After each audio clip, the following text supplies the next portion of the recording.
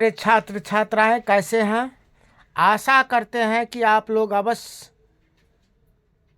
शांत चित्त मन से परीक्षा की तैयारी में लगे होंगे, जिससे कि आपका सपना साकार हो। आपका जो लक्ष्य है 450 प्लस अंक लाने का, टॉपर बनने का, वह सपना साकार हो। उसी कड़ी में आपके लिए आज लेकर के आए हैं संस्कृत का मस्ट इम्पॉर्टेंट लघुत्तरीय प्रश्न, 2 अंक स्तरीय प्रश्न, जो बोर्ड परीक्षा 2026 में समझिए इससे आना ही है। इससे आप लोग रट लीजिएगा और बहुत ही इम्पोर्टेंट प्रश्न आज लेकर के आए हैं। तो आइए इस Krishna tuition centre Birpur YouTube channel पर आज हम लोग पढ़ेंगे संस्कृत का VBA लघुत्तरीय प्रश्न और उसका उत्तर जानेंगे। आप लोग अभी तक जो इस चैनल को सब्सक्राइब नहीं किए हैं वह सब्सक्राइब कीजिएगा, क्योंकि अभी अब से लेकर यह भर परीक्षा आपका 16 फरवरी तक इसी तरह से संस्कृत, हिंदी, अन्य सब्जेक्ट का जो है इस चैनल पर इम्पोर्टेंट सब्जेक्टिव ऑब्जेक्टिव क्वेश्चन मिलता रहेगा, जिससे कि आपका सपना साकार होगा। आपका जो लक्ष्य है वह लक्ष्य पूरा होगा। इसी उम्मीद के साथ क्लास को अपने दोस्तों, अपने हित प्रेमी, अपने सगा संबंधी में जो भी है उन सबों के पास शेयर भी कीजिएगा, लाइक भी कीजिएगा और इस चैनल को अधिक से अधिक सब्सक्राइब भी कीजिएगा। आइए पहला प्रश्न देखते हैं। पहला प्रश्न है आपका पहला प्रश्न है लघुत्तरीय प्रश्न में आपका आज पहला आपके लिए लेकर के आए हैं विद्वान पुरुष ब्रह्म को किस प्रकार प्राप्त करता है। विद्वान पुरुष ब्रह्म को किस प्रकार प्राप्त करता है, तो मुंडकोपनिषद में महर्षि वेद व्यास का कहना है, जिस प्रकार बहती हुई नदियाँ अपने नाम और रूप अर्थात व्यक्तित्व को त्याग कर समुद्र में मिल जाती है, उसी प्रकार महान पुरुष अपने नाम और रूप अर्थात अपने व्यक्तित्व को त्याग कर ईश्वर को प्राप्त कर लेता है, ब्रह्म को प्राप्त कर लेता है। अगला प्रश्न है नदी और विद्वान में क्या समानता है, तो जिस प्रकार बहती हुई नदियाँ अपने नाम और रूप को त्याग कर समुद्र में मिल जाती है, उसी प्रकार विद्वान भी अपने नाम और रूप के परवाह किए बिना ईश्वर की प्राप्ति करते हैं। नदी दूसरों के उपकार के लिए बहती है, उसी प्रकार विद्वान भी दूसरों के उपकार के लिए ही जीता है। अगला प्रश्न है हमारा, जो बहुत ही इम्पोर्टेंट प्रश्न है आपके लिए, पटना के मुख्य दर्शनीय स्थल का उल्लेख करें। पटना के मुख्य दर्शनीय स्थल का उल्लेख करें।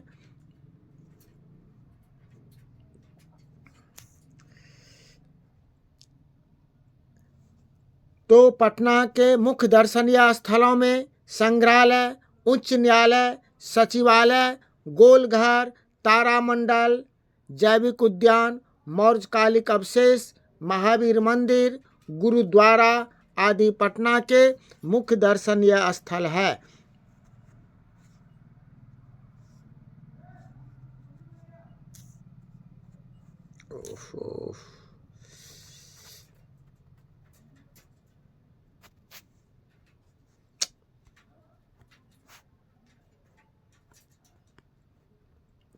अगला प्रश्न है, दामोदर गुप्त पटना के संबंध में क्या कहा था? दामोदर गुप्त पटना के संबंध में क्या लिखा या क्या कहा था? तो कवि दामोदर गुप्त के अनुसार पाटलिपुत्र, पटना, जिसे पटना को पाटलिपुत्र कहा जाता है, तो पाटलिपुत्र महानगर पृथ्वी पर बसे नगरों में श्रेष्ठ है। यहाँ विद्वान लोग बसते हैं। कभी इस नगर की तुलना इंद्रलोक से की है। इसे सरस्वती कुल का घर अर्थात सरस्वती का गिरी कहा है। अगला प्रश्न है, संस्कृत साहित्य लेखिका पाठ से हमें क्या संदेश मिलता है? इस संस्कृत साहित्य लेखिका पाठ के द्वारा संस्कृत साहित्य के विकास में महिलाओं के योगदान के बारे में ज्ञात होता है। वैदिक युग से आधुनिक समय तक ऋषिकाएँ, कवयित्री, लेखिकाएँ संस्कृत साहित्य के संवर्धन में अतुलनीय सहभागिता प्रदान करती रही। संस्कृत लेखिकाओं की सुदीर्घ परंपरा है। संस्कृत भाषा के समृद्धि में पुरुषों के समान महिलाएं भी चलती रही है। दोनों का समान भागीदारी है। अगला प्रश्न है, कर्णस्य दानवीरता में कर्णस्य दानवीरता पाठ में कर्ण के कवच और कुंडल की क्या विशेषता थी? कर्ण का कवच और कुंडल जन्मजात था। जब तक उसके पास कवच और कुंडल रहता, दुनिया की कोई भी शक्ति उसे मार नहीं सकती। कवच और कुंडल उसे अपने पिता सूर्यदेव से प्राप्त हुआ था, जो अभेद्य था।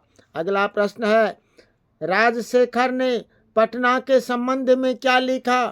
राजशेखर ने अपने काव्य मीमांसा में पटना के बारे में लिखा है कि पाटलिपुत्र शिक्षा का एक प्राचीन केंद्र था, जहां अनेक संस्कृत विद्वान हुए। यहाँ पाणिनि, पिंगल, व्यांगी, बररुचि, पतंजलि आदि ख्याति प्राप्त की थी। अगला प्रश्न है आपका, शास्त्र मानवेभ्यः किम शिक्षयति? अर्थात शास्त्र मानवों को क्या शिक्षा देती है? शास्त्र मानवेभ्यः किम शिक्षयति? शास्त्र मानव को क्या शिक्षा देती है या शास्त्र क्या है? शास्त्र किसे कहा जाता है? तो शास्त्र मानव को कर्तव्य और अकर्तव्य का बोध कराता है। शास्त्र ज्ञान का शासक होता है। यह सुकर्म, दुष्कर्म, सत्य, असत्य आदि की जानकारी प्राप्त होता है। शास्त्र से इन सबों की जानकारी प्राप्त होता है। अगला प्रश्न है, भारतीय दर्शन शास्त्र और उनके प्रवर्तकों का नाम लिखें, उनकी चर्चा करें। भारतीय दर्शन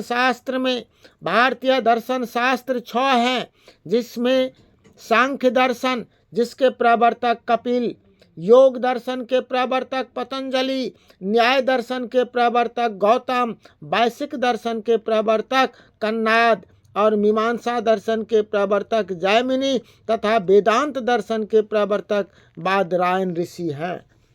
अगला प्रश्न है, संयुक्त राष्ट्र संघ की स्थापना का उद्देश्य स्पष्ट करें। राष्ट्र संघ की स्थापना का उद्देश्य 2 देशों के बीच संभावित युद्ध को रोकना है। यह समय समय पर 2 देशों के तनाव को रोकता है। अगला प्रश्न है, संस्कृत में पंडिता छमाराव के योगदान का वर्णन करें। संस्कृत साहित्य की आधुनिक समय की लेखिकाओं में पंडित छमाराव अति प्रसिद्ध है। शंकर चरितम उनकी अनुपम रचना है। गांधी दर्शन से प्रभावित होकर उन्होंने सत्याग्रहिता, मीरा लहरी, कथा मुक्तावली, ग्राम ज्योति, विचित्र परिषद यात्रा आदि की रचना की है। इस तरह से आपके पास में आज सभी महत्वपूर्ण क्वेश्चन बताया जा रहा है। क्लास को अधिक से अधिक शेयर कीजिए, लाइक कीजिए, कमेंट भी कीजिए। जो क्लास आपका कैसा चल रहा है, कमेंट कीजिए आपका पढ़ाई कैसा चल रहा है, आपका लक्ष्य क्या है, आप अपने लक्ष्य पर कितना अभी तक कंप्लीट हो चुके हैं, तैयार हो चुके हैं। अगला प्रश्न है, देवतागण भारत के गीत क्यों गाते हैं? पठित पाठ के आधार पर उत्तर 3 से 5 वाक्य में दें। तो देवतागण भारत देश का गुणगान करते हैं क्योंकि यह भारतीय भूमि स्वर्ग और मोक्ष प्रदान करने का साधन है। मनुष्य भारत भूमि पर जन्म लेकर भगवान हरि की सेवा के योग्य बन जाते हैं। अगला प्रश्न है, व्याघ्रपथिक कथा के आधार पर बताएं कि दान किसको देना चाहिए। व्याघ्रपथिक कथा में पंडित नारायण पंडित बताए हैं कि दान गरीबों को देना चाहिए, जिससे कोई उपकार नहीं करना हो, जिसने कभी उपकार नहीं किया हो, दान उसे देना चाहिए। स्थान, समय, उपयुक्त व्यक्ति को ध्यान में रखकर दान देना चाहिए। अगला प्रश्न है, केशांत संस्कार को गोदान संस्कार भी क्यों कहा जाता है, क्यों? इसका आंसर उत्तर होगा, केशांत संस्कार में गुरु के घर में शिष्य का प्रथम क्षौर कर्म मुंडन होता था, जिसमें गोदान कर्म होता था। अतः साहित्य ग्रंथों में इसका दूसरा नाम गोदान संस्कार भी प्राप्त होता है। अगला प्रश्न, अलसशाला के कर्मियों ने आलसियों की परीक्षा क्यों ली? अलसशाला में बहुत सारे बनावटी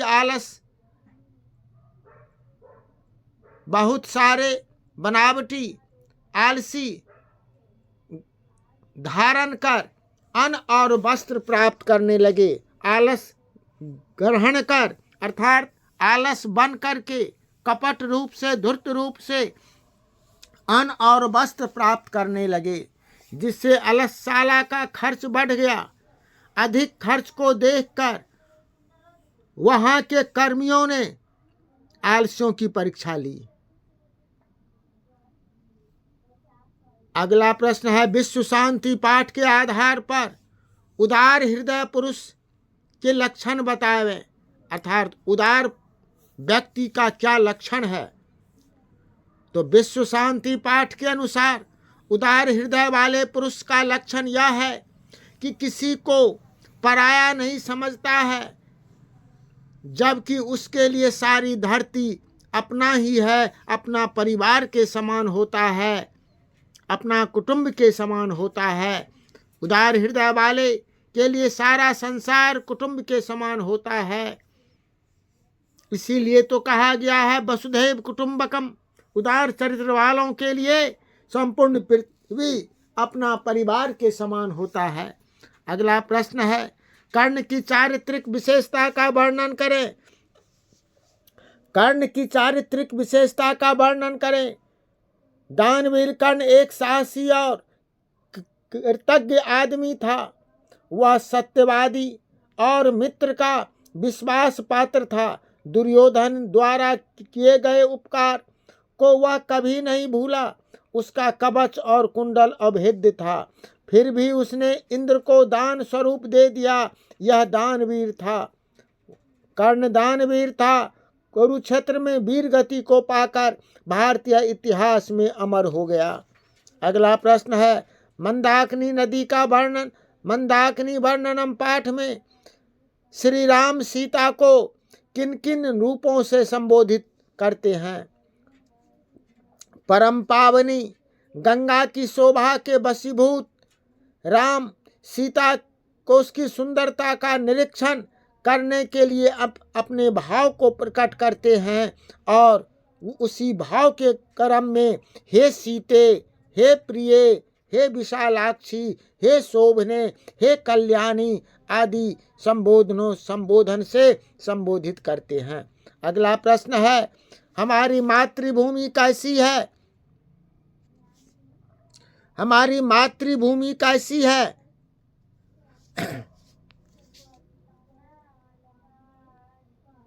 हमारी मातृभूमि कैसी है।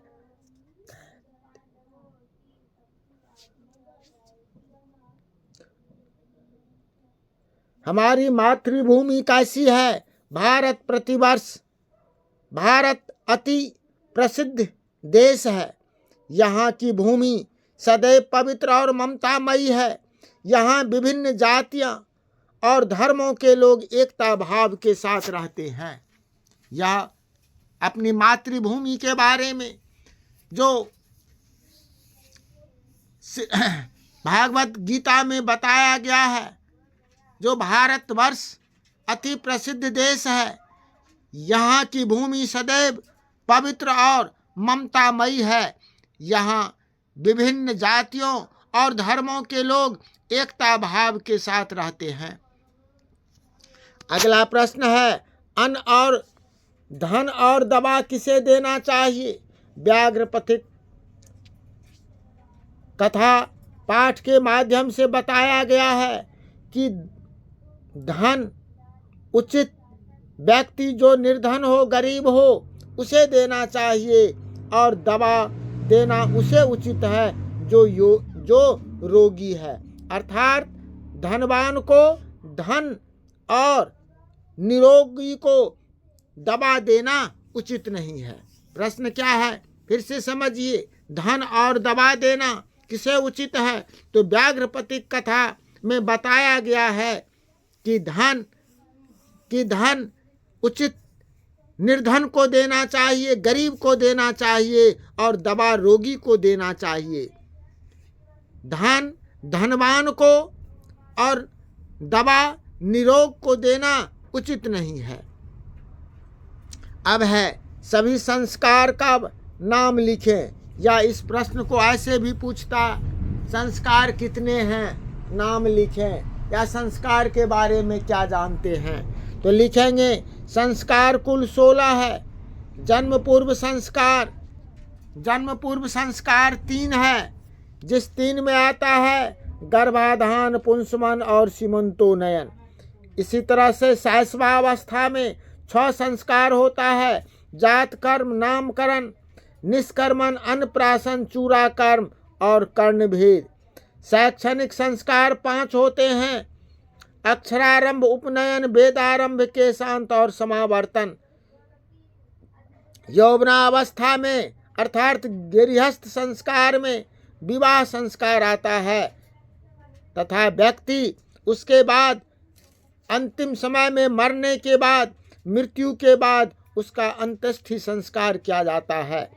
इस तरह से कुल 16 संस्कार होता है।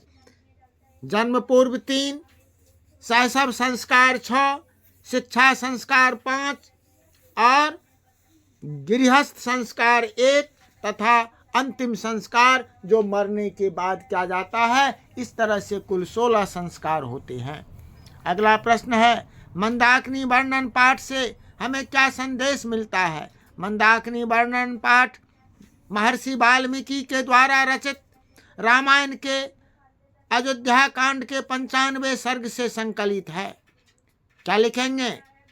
मंदाकिनी वर्णनम महर्षि वाल्मीकि के द्वारा रचित रामायण के अयोध्या कांड के 95वें सर्ग से संकलित है। इससे हमें यह संदेश मिलता है कि प्रकृति हमारे चित्त को हर लेती है तथा इससे पर्यावरण सुरक्षित रहता है। प्रकृति की शुद्धता के प्रति हमें हमेशा ध्यान देना चाहिए। अगला प्रश्न है, नीति श्लोका पाठ के आधार पर पंडित के लक्षण बताएं। नीति श्लोका पाठ में बताया गया है, जिसके कर्म को सर्दी, गर्मी, भय, भावुकता, संपन्नता अथवा विपन्नता बाधा नहीं डालता है, उसे ही पंडित कहा गया है।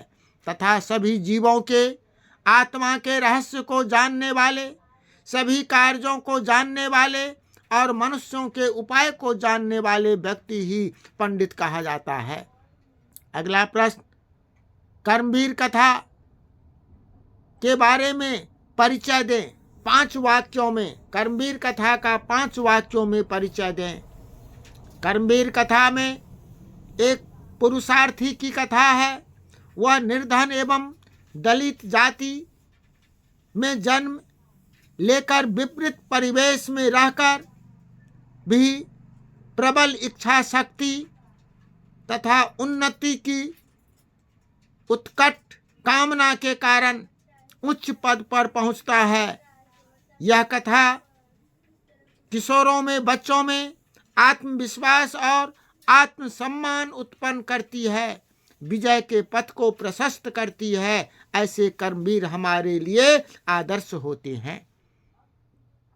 अगला और अंतिम प्रश्न है,